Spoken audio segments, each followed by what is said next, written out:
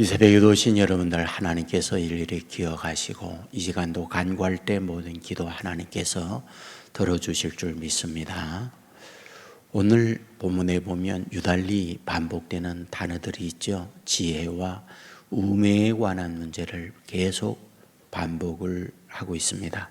1절 말씀에 보면 우매와 지혜와, 2절에 보면 지혜자의 마음은 우매자의 마음은, 3절에 보면 우매자는 또 우매함을, 그 이하에도 보면 지혜와 우매를 계속 반복하고 있는 것을 봅니다. 우선 지혜와 우매의 단어적 의미는 무엇일까요?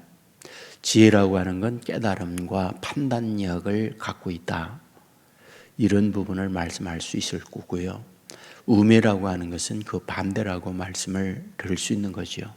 더운지 추운지, 가야 할지 가야 하지 말아야 할지, 소위 된장인지 똥인지 이런 것을 구별하지 못하는 것, 판단력이 없는 것, 이것을 우매다, 이렇게 말씀을 드릴 수 있습니다. 이것을 다른 말로는 어리석음이요 미련함이라고 말씀을 드릴 수 있습니다. 우리가 말씀을 보면서 성경에서 우리들에게 하나님께서 가르치고자 하는 간절한 소원이 있다고 그러면 믿음의 사람들로 하여금 우매한 삶에서 지혜로운 삶으로 끌어가고자 하는 것, 이것이 성경이 우리들을 향하여 계속적인 간절함이구나 라는 것을 발견하게 됩니다. 사실 미련하다, 이 말은 판단력이 흐리다, 그로 인하여 그 이후 그 판단력의 흐림으로 인한 결과물이 너무 크고 너무 고통스러움을 성경은 곳곳에서 우리에게 말씀해 주고 있는 것을 봅니다. 여러분, 우리가 말씀을 보면서 이런 부분을 봅니다. 이제 지혜의 왕, 그러면 솔로몬이에요. 그 솔로몬의 아들이 르호보암입니다. 아버지가 세상을 떠나고 난 이후에 왕이 됩니다. 왕이 되고 난 이후에 백성들이 와서 아버지 솔로몬 때의 고통스러움을 하소연합니다. 두 가지입니다. 하나는 세금이 너무 많습니다. 세금을 줄여주십시오. 허리가 휉니다. 두 번째 얘기했죠. 강제 노동 동원되면서 가정살림이 이만저만이 아니고 그 피곤함, 그 고통은 너무 큽니다. 그러므로 노동시간을 줄여주십시오. 이 말을 들었던 르호보암이 자문을 두 부류에 받습니다. 하나는 아버지 때의 원로 그룹들에게 묻습니다. 백성들이 와서 이런 요청을 하는데 이 문제를 어떻게 하면 좋겠소? 그러자 원로 그룹들이 르호보암에게 말하죠. 백성들의 아픔, 백성들의 탄원, 백성들의 신원을 들어주십시오 라고 말을 합니다. 이제 르호보암은 신진 그룹들, 자기 또래 젊은 그룹들에게 물어봐요. 백성들이 와서 이런 탄원과 신원을 하고 있는데 어떻게 하면 좋겠소? 젊은 그룹들이 왕에게 말을 합니다. 백성들의 말을 들어주면 초장부터 왕의 권위, 왕의 힘이 다 사라집니다. 그러므로 왕의 권위와 왕의 힘을 확립하기 위하여 더 강하게 해야만 백성들이 왕 앞에 두려워 떨며 앞에 굴복하게 됩니다. 그러므로 백성들의 말을 듣지 마십시오 라고 자문을 해줍니다. 이때에 르호보암이 결정을 내려야 됩니다. 원로 그룹들의 자문과 젊은 그룹의 자문 둘 중에 하나를 선택해야 합니다. 그런데 르호보암은 젊은 그룹들의 자문을 받아들입니다. 그리하여 결과물이 어떻게 됩니까? 여러분, 르호보암은 유다 지파의 사람입니다. 유다 지파와 베냐민 지파 두 지파만 남고 나머지 10지파는 다 여기에서 분열이 되죠. 그것이 북이스라엘이고 남유다로 나누어지는 결과를 낳게 됩니다. 저는 삼손을 보면서 늘 그런 생각해요. 삼손 힘 있는 장수입니다. 삼손만큼 자이언트, 그만큼 능력 있고 힘 있는 사람이 없어요. 블레셋 사람들이 공격할 때에 나귀벽 하나를 가지고 1,000명을 죽이기도 하고 엄청난 괴력을 행하는 사람이 삼손입니다. 한 번은 삼손이 어떠한 일을 벌이게 됩니까? 여러분, 여우 300마리를 잡죠. 그리고 꼬리를 묶습니다. 그 꼬리에 횃불을 달아놓아요. 그런데 이 여우들이 뜨거우니까 어디로 달려가요? 추수를 앞두고 있는 밀밭, 보리밭, 농작물 밭으로 뛰어들어갑니다. 결과물이 어떠냐고요? 완전히 말라버린 추수를 앞두고 있는 밀 농장, 보리밭 완전히 불바다가 되어버리죠. 저는 단순하게 이와 같이 삼손이 능력 있는 괴력으로 여우를 이용하여 원수의 블레셋 밭을 불태우는구나, 이것도 있지만 미련한 사람이 부지런하게 되어지면 이런 결과를 낳는구나, 그 생각을 하는 거예요. 그러니까 미련해서 부지런합니다. 여기저기 다니면서 쑤시잖아요. 그러면 추수를 앞두고 있는 농작물이 불타버리듯 우리의 영혼이 불타버리고 공동체가 망가지는 끔찍한 일을 당할 수 있구나 라고 하는 것을 발견하게 됩니다. 여러분, 믿음의 사람들은 지혜로워야 해요. 예수님께서 라오디게아 교회를 책망을 하면서 이런 말을 합니다. 너희는 더욱든지 사든지 하라, 미지근하다. 그러면서 그들의 어리석음을 이야기하고 있죠. 우리는 부자다, 부유하다 라고 하고 있는데 실제는 어떠하다고요? 곤고했고 가련한 자요, 가난한 자요, 눕는 자요, 벌거벗은 자다. 그런데 문제는 미련하여 그걸 모르는 거예요. 벌거벗었는데 벌거벗은 걸 모르는 거예요. 우리는 동화에 벌거벗은 임금님 이야기를 잘 알고 있잖아요. 자기가 벌거벗었어요. 그런데 가장 멋진 화려한 옷을 입은 것처럼 착각하는 어리석은 자가 얼마든지 있을 수 있다, 이런 얘기잖아요. 그러면 은혜 미련하지 아니하고 어리석지 아니하고 지혜로운 자란 무엇일까? 판단력이에요. 분별력이에요. 오늘 본문에 보면 12절에 그런 말이죠.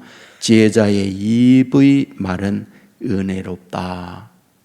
그러니까 어떤 불평이라든지 부정적 말을 할 수 있는 여건인데 그 가운데에서 보고 판단하는 것이 긍정을 보고 은혜로움을 이야기하고 어떤 공동체에 살리는 말을 하는 사람들이 누구다? 그게 지혜롭다. 이걸 얘기해요. 예수님께서 마태복음 5장, 6장, 7장의 말씀을 쭉 해요.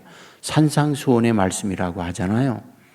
그리고 마무리를 하면서 어리석음과 지혜로움을 말합니다. 그러면 예수님께서 지혜로움과 어리석음을 말할 때의 내용이 무엇인가요? 집 짓는 걸 가지고 말하잖아요. 여러분, 집 짓는 거 어떠하다고요? 반석 위에 지은 집, 모래 위에 지은 집, 이걸 얘기해요. 잘 보세요. 집을 짓습니다. 그런데 위에 있는 집의 모양이 반석 위에 지은 집과 모래 위에 있는 집이 다를까요? 같을까요? 똑같아요. 자재 똑같이 짓습니다. 그러니까 보이는 것은 화려하게 새 집이에요. 이게 좋은지 이게 나쁜지 겉으로 구별이 안 됩니다. 근데 구별할 때가 있는 거예요. 언제요? 창수가 나고 비바람이 몰아칠 때요. 근데 반석 위에 지은 집은 어떠하다고요? 무너지지 않아요. 모래 위에 지은 집은 어떠하다고요? 무너짐이 심하다는 거예요. 그러면서 말하는 거죠. 그게 어리석은 자의 모습이라는 거. 그러면 여기에서 우리에게 보여주는 게 뭡니까? 보이는 걸 위해서 사는 자들은 어리석은 거구나. 보이지 않지만은 그 기초를 든든히 하고 보이지 아니하는 것을 위하여 살아가는 그가 뭐다? 지혜로운 자구나. 이것을 우리에게 말씀해 주는 거잖아요. 그러면서 뭐라고 그래요? 말씀을 듣고 행하는 자가 지혜로운 자고, 말씀을 아무리 듣지만 실천하지 아니하면, 행하지 아니하면 어리석은 자다. 그 얘기를 하잖아요. 여러분이 기억할는지 모르겠는데요. 제가 연초에 설교를 하면서 설교의 제목이 실행이 답이다 라고 하는 제목으로 설교했던 적이 있어요. 기억하는 분 계세요? 기억 안 해야 제가 좋아요. 그래야 또 하잖아요. 예. 사실 많은 것들을 듣지만요, 실행해야 돼요. 실행하지 아니하면 아무 일도 일어나지 않습니다. 우리 건강도요, 운동해야 된다, 습생해야 된다, 마음 관리해야 된다, 뭐 이런 등등에 대하여 모르고 있는 분 누가 있습니까? 문제는 실행이에요. 실행하지 아니하고 반복적 지난날의 과거의 삶을 계속하면요, 내 병 낫지 않아요. 여러분에게 여러 번 얘기했죠. 허리 디스크, 목 디스크 알았는데 전문가가 계속해서 말하는 게 있어요. 자세 바꾸지 않으면 지금 치료하지만 그 병 또 걸립니다. 자세 바꾸지 않으면 똑같은 병 또 옵니다. 그 얘기하는 거예요. 우리가 어떤 소위 성인병이라고 하는 게 다 뭐예요? 생활 습관병이라고 말하잖아요. 그러니까 생활 습관 바꾸지 않으면 그 병은 그대로 온다. 여러분 기름기 계속 먹습니다. 콜레스테롤 당연히 올라가잖아요. 짠 거 계속 먹는다. 그러면 그 짠 거로 인한 염분에 우리의 신체적 영향을 주잖아요.